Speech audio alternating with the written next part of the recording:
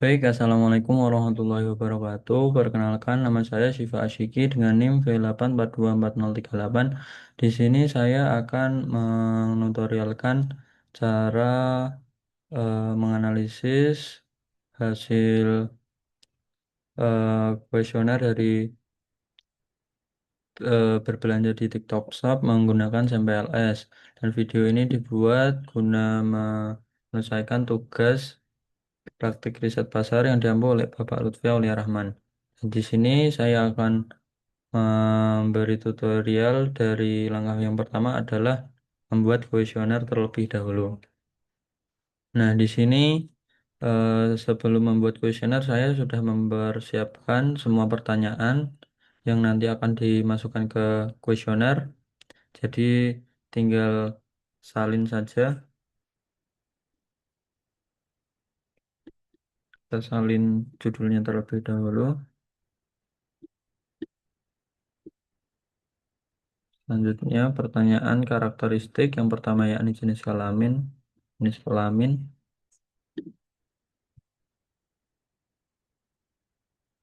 Dan di sini opsinya ada laki-laki dan juga perempuan.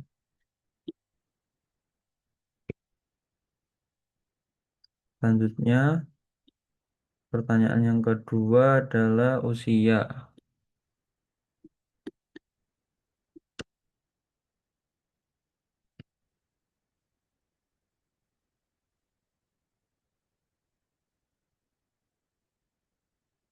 Kita di usia pilihan ganda saja karena eh, pengisi kuesioner biasanya itu malas untuk mengetik, jadi sebisa mungkin minimalisir jawaban yang mengetik. Usia yang pertama adalah kurang dari 18 tahun. Opsi yang kedua itu 18 sampai 23 tahun. Selanjutnya 23 sampai 28 tahun. Yang terakhir di atas 28 tahun.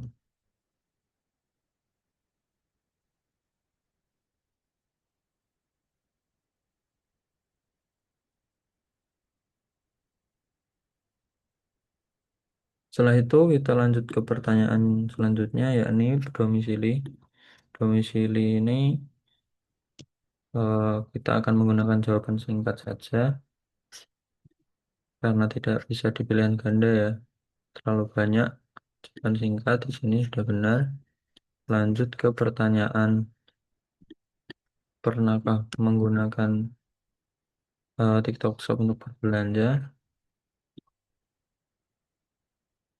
Ya atau tidak saja untuk jawabannya.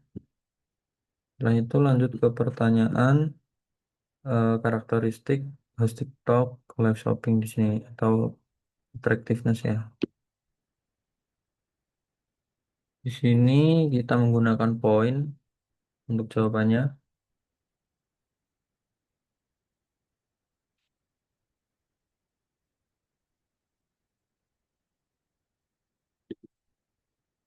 Skala linear sudah. Pilihannya 1 sampai 5 ya. Kemudian yang kedua, kita copy lagi pertanyaan apakah host TikTok itu melibatkan atau memikat penonton dari pembelanjaan mereka. Kita lanjut ke pertanyaan selanjutnya.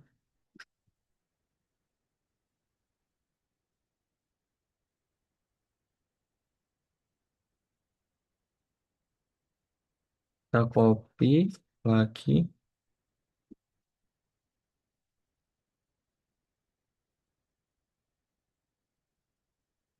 Lanjut.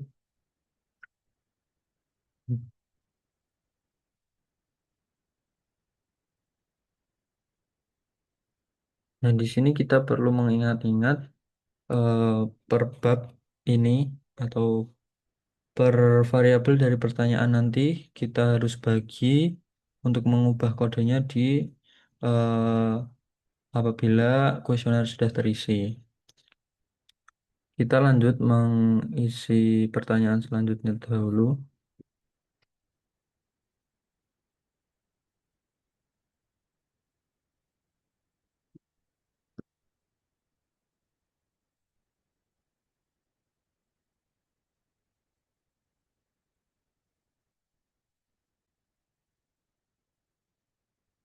Sorry, kopinya double,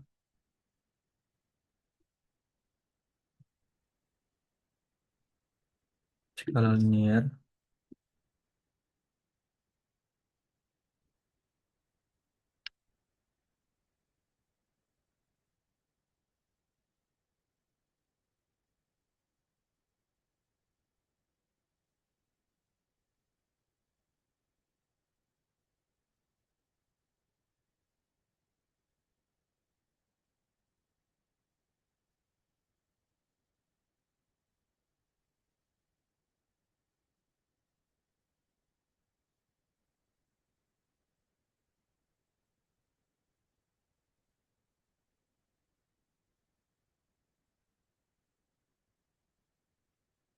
Lanjut mengcopy semua pertanyaan.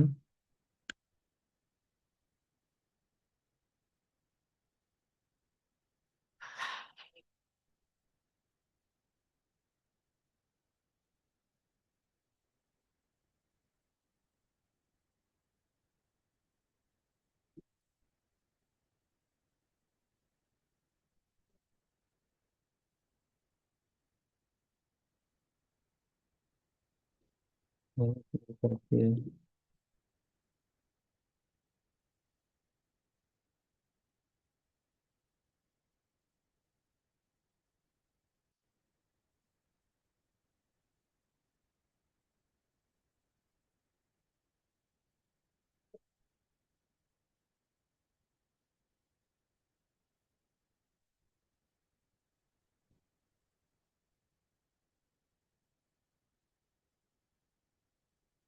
Oke, di enjoyment sudah kita masukkan. Selanjutnya kita ke eh, pengalaman eh, pengguna TikTok Shop.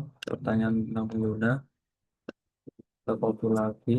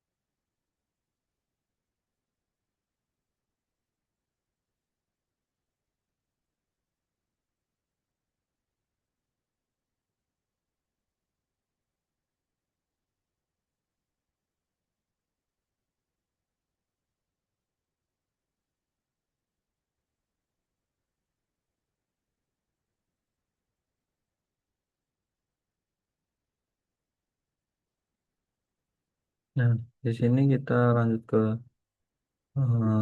variabel online impulsive buying ya.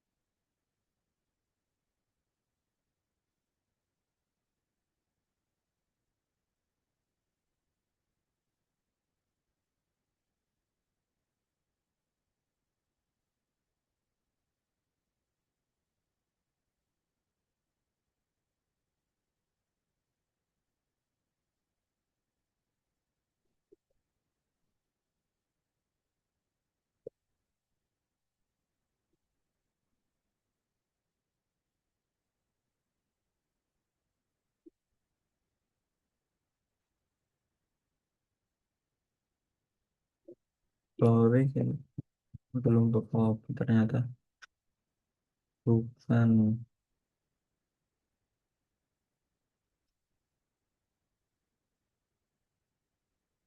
Lanjut ke variable continue process intention.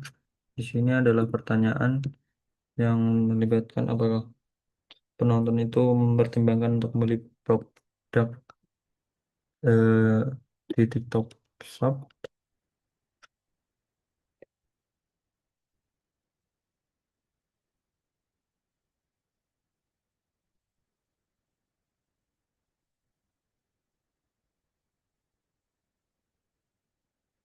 Oh,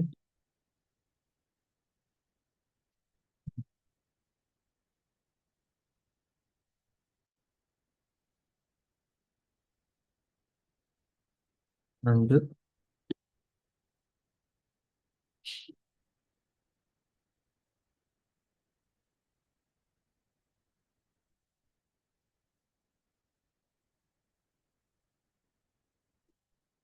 Dan ke skala linear.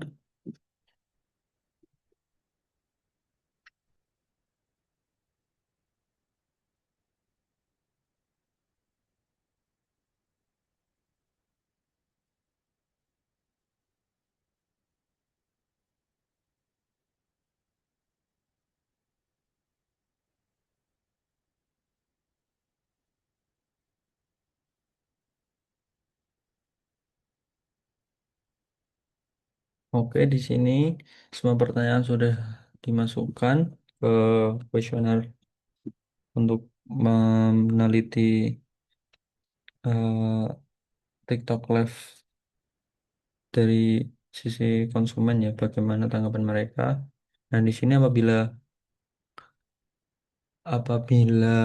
kuesioner sudah terisi dan eh, data siap disajikan di Excel untuk diolah ke SEM, selanjutnya kita pergi ke Excel untuk mengganti setiap nama variabel ini menjadi kode indikator untuk bukan di SEM. Kita pindah ke Excel. Nah, di sini kita bisa mulai dengan menghapus kolom A, B, C, D sampai nomor telepon ini.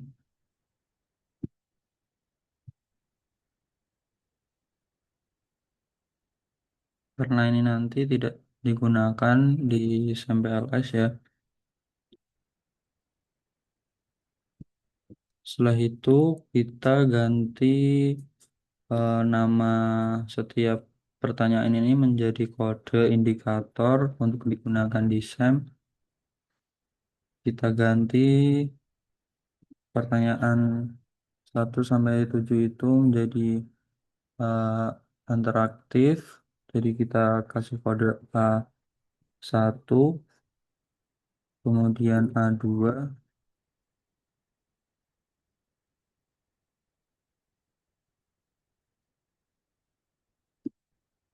selanjutnya A3,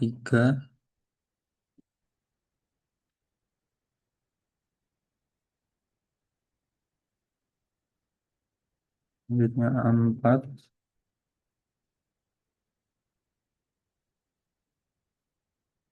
selanjutnya A5,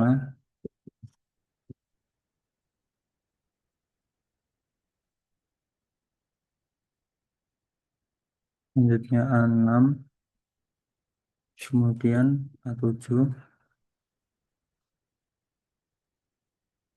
A7. Setelah itu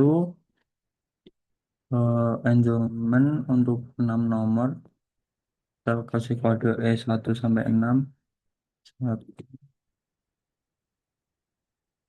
E2,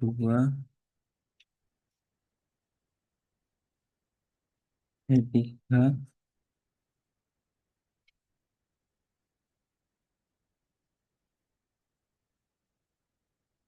E4,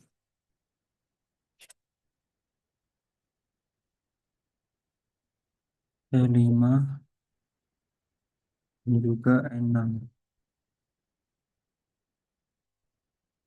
Nah, setelah itu kita masuk ke social presence. Di sini juga ada 6 nomor. Kita ganti dengan kode SP 1 sampai 6.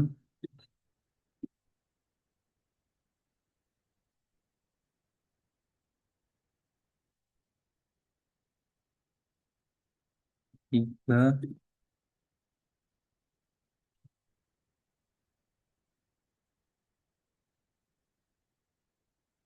4,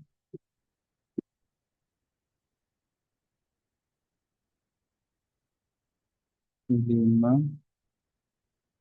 juga SP 6. Selanjutnya itu ada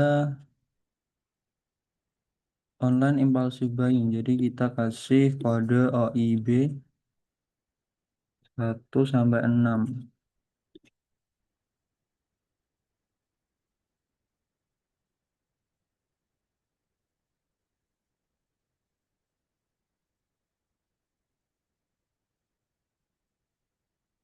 Hmm, 3,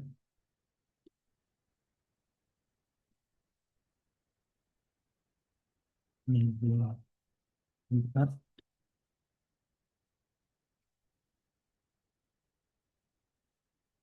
OIB 5, OIB 6.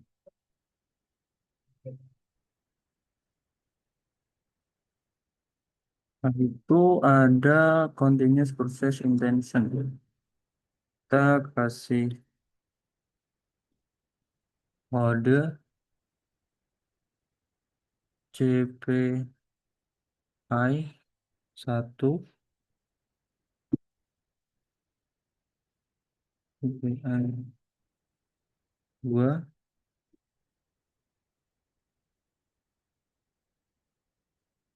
CPI 3, 3, CPI 4, juga CPI 5.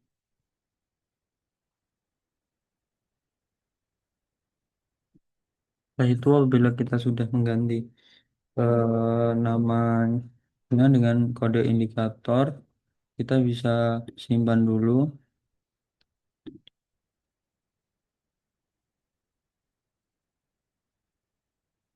Kita bisa simpan di sini.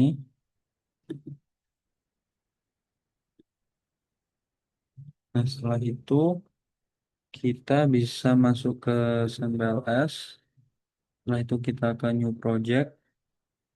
Kita kasih nama UAS Praktik Riset Pasar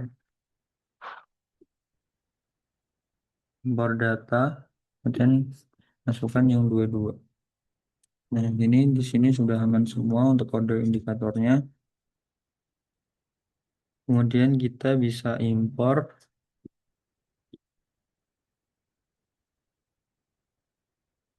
Di sini bisa dilihat data sudah aman semua, sudah masuk semua dengan kode indikator yang benar.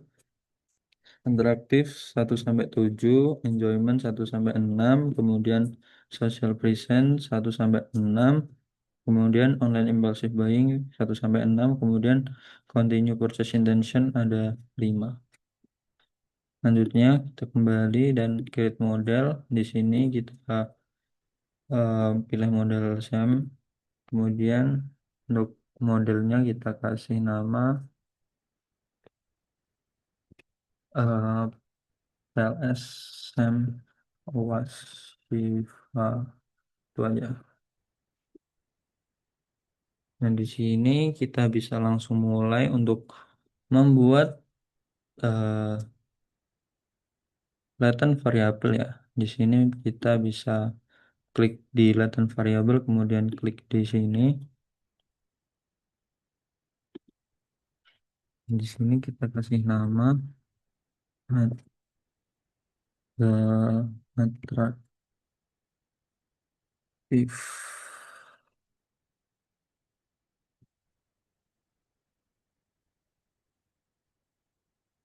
sorry kayaknya salah, gimana sih tulisannya?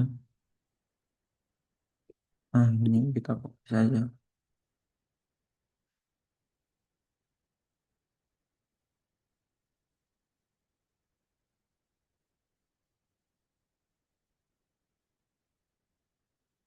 Selanjutnya kita masuk ke latent variable yang kedua, yakni enjoyment.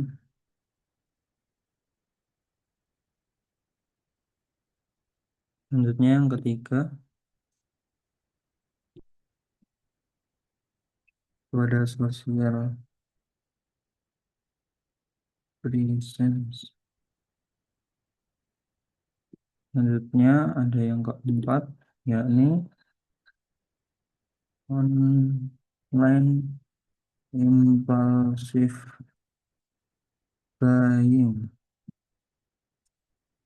Lalu ada continue continue purchase intention. Oke, sudah. Kita langkah baiknya itu eh, rapikan terlebih dahulu.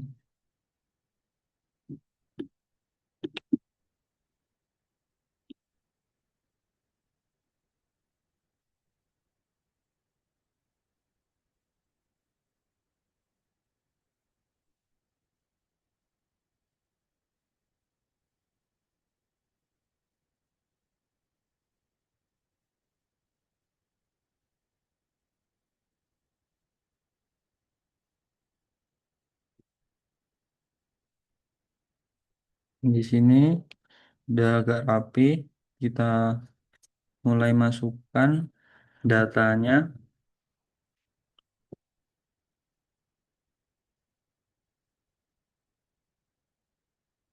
A1 sampai A7 di atraktif. Kita ubah dulu menjadi ke kiri supaya lebih rapi. Kita turunkan supaya nanti tidak menabrak. Kita masuk enjoyment, ada 6. Kita masukkan, rapikan ke kiri ya guys.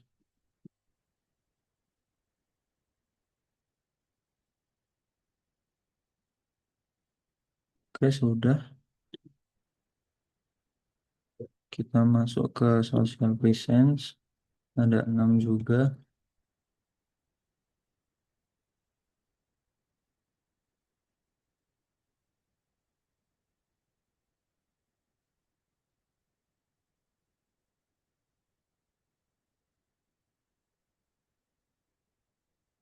Oke, aman.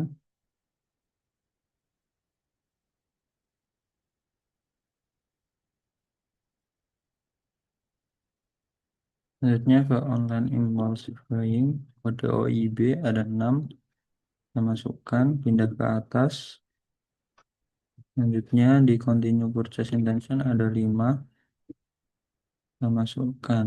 Nah, di sini sudah.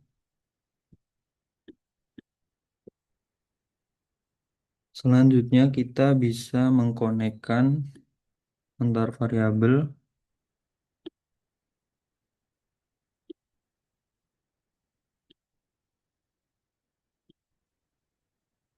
Nah, seperti ini.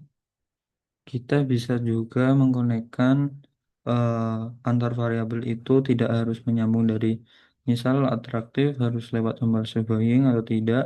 Kita bisa langsung atraktif ke continue purchase intention. Apakah bisa? Apabila seperti ini itu bisa seperti ini. Nah, tapi kita mungkin tidak pakai yang ini dahulu karena biar lebih rapi dulu supaya lebih mudah dipahami. Selanjutnya kita bisa mulai dengan mengkalkulate, mencari nilai-nilai yang itu di bawah di outer loading ini. Kita bisa melihat mana saja yang eh sorry, mana saja angka dari indikator yang itu masih kurang. kita akan membenarkan nama atraktif terlebih dahulu supaya bisa urut rename.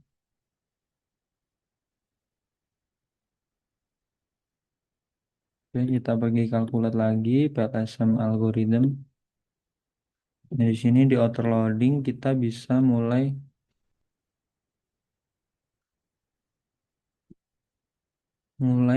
menghapus satu persatu angka yang paling kecil karena setiap penghapusan satu indikator nanti akan mempengaruhi eh, angka dari setiap indikator lainnya. Jadi kita harus mulai hapus dari yang paling terkecil. Nah, di sini ada SP6 yang paling kecil. Di sini kita bisa hapus terlebih dahulu dengan mengembalikan ke tampilan semula.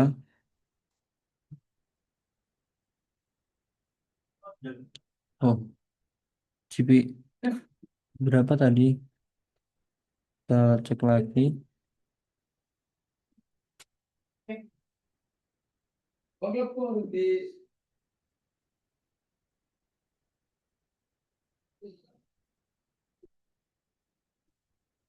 Kenapa ini ada 6 guys? Oh, SP6 ternyata. SP6 ada di sini ya. SP6, kita masuk ke SP6 terlebih dahulu. Nah, di sini kita bisa hapus, delete. Kita cek lagi.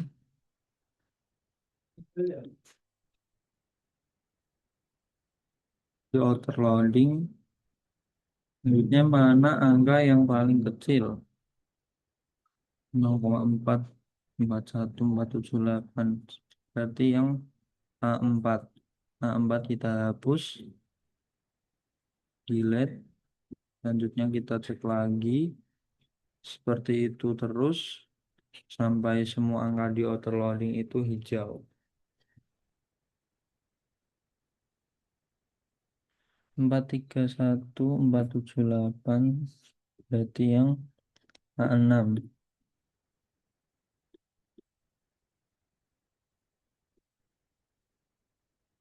Selanjutnya kita cari lagi.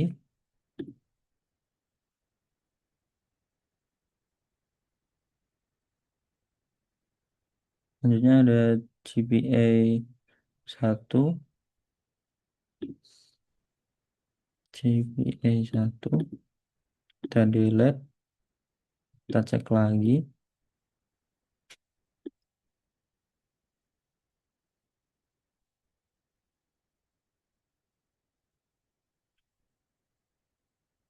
Ini ada di OIB 5. Kita delete. Selanjutnya kita cek lagi.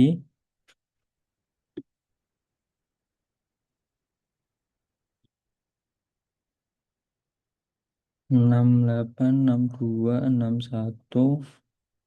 Ini 60. OIB 6. OIB 6 kita hapus. Selanjutnya kita cek lagi.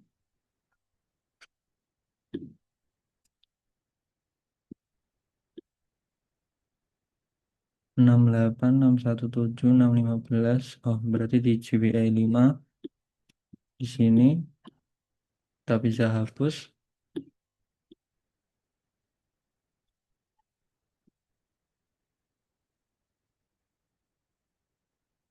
Selanjutnya ada di attractiveness yang 0,618 yang di A3. Kita hapus A3, kita kalkulat lagi, mengcek apakah sudah semuanya. Biasanya kalau sudah ada dua angka terakhir itu, oh ternyata belum. Di sini attractiveness yang A1 masih merah, kita hapus.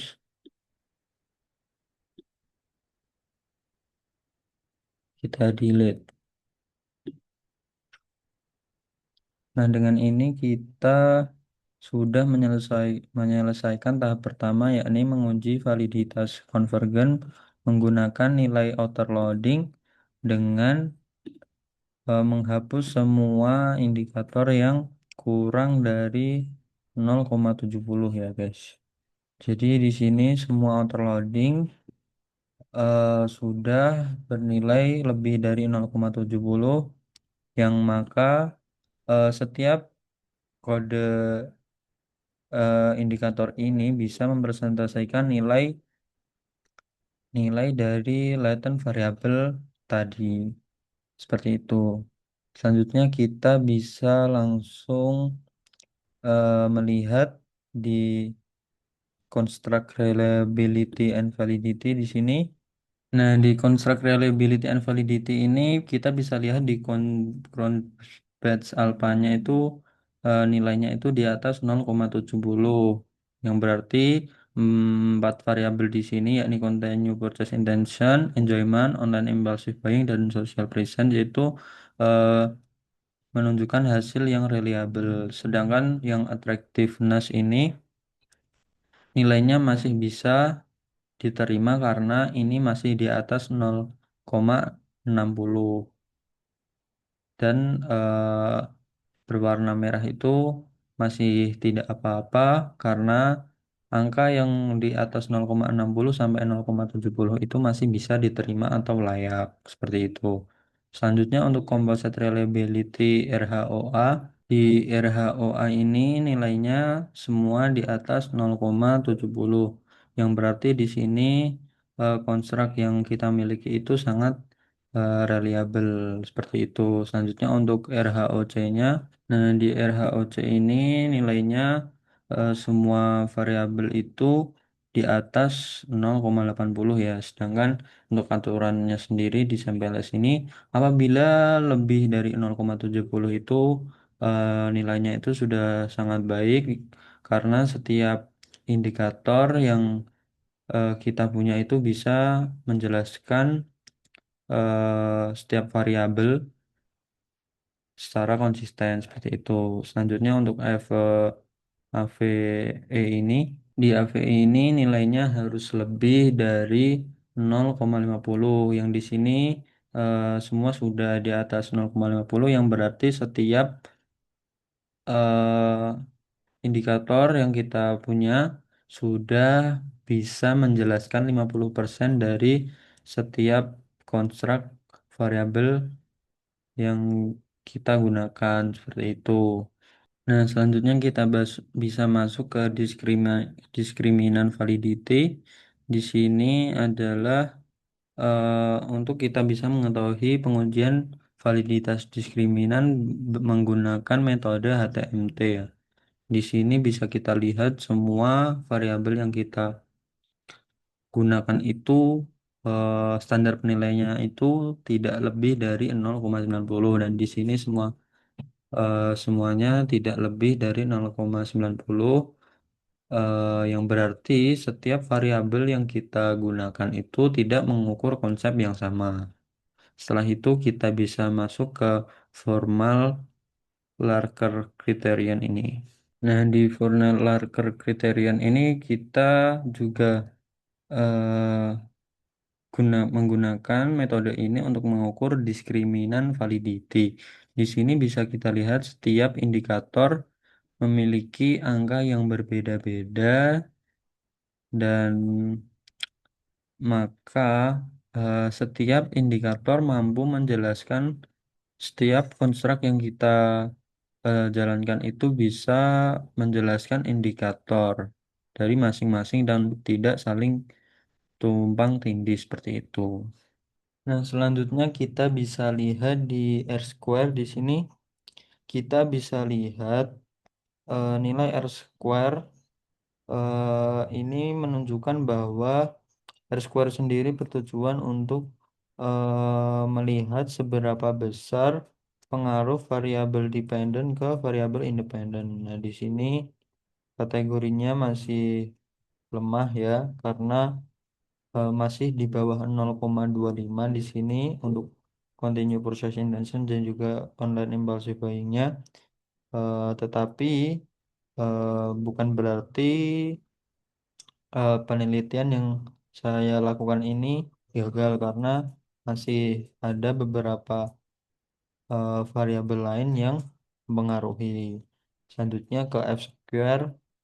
Di sini kita bisa lihat nilai F square dari setiap variabel masih tergolong kecil dan juga ada yang tidak berpengaruh ya guys.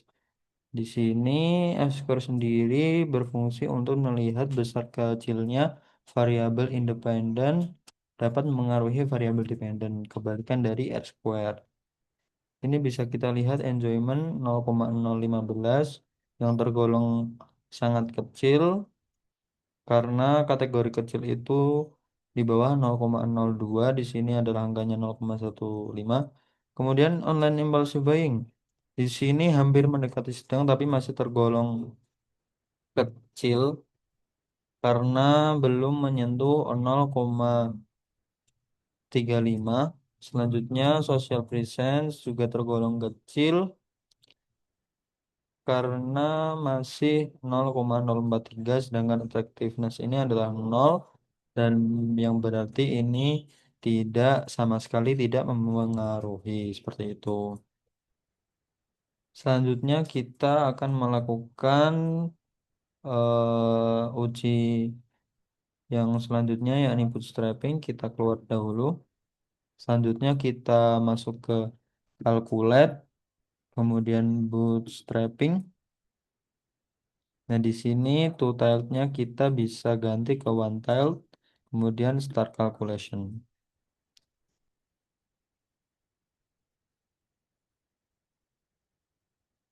Kita tunggu dan nanti akan keluar seperti ini. Kita bisa lihat yang pertama adalah path coefficient.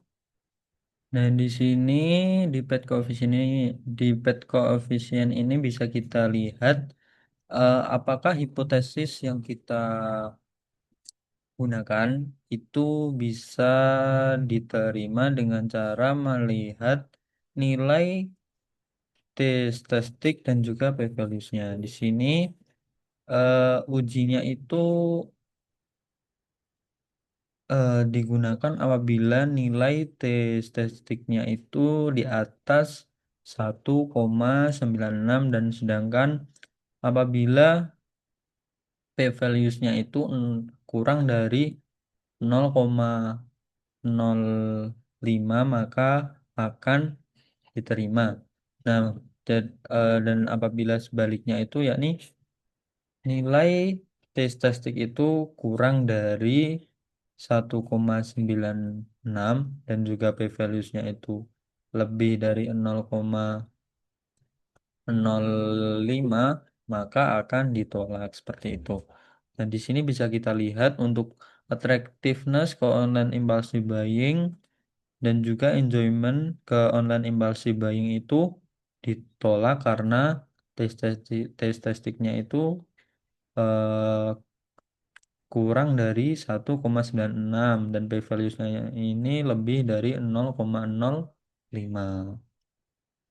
Selanjutnya online impulsive buying ke continue purchase purchase intention dan juga social presence ke online impulsive buying itu diterima karena tes statistiknya ini menunjukkan angka sebesar 5,462 dan juga 2,727 yang berarti lebih dari 1,96 yang berarti nilainya itu diterima dan juga p-values-nya ini kurang dari 0,05 yang berarti eh, hipotesis ini diterima, yakni online impulsive buying ke continue purchase intention dan juga social present ke land impulsive buying seperti itu. Oke, baik. Jadi sekian video video UAS praktik riset pasar. Kurang lebihnya mohon maaf. Assalamualaikum warahmatullahi wabarakatuh.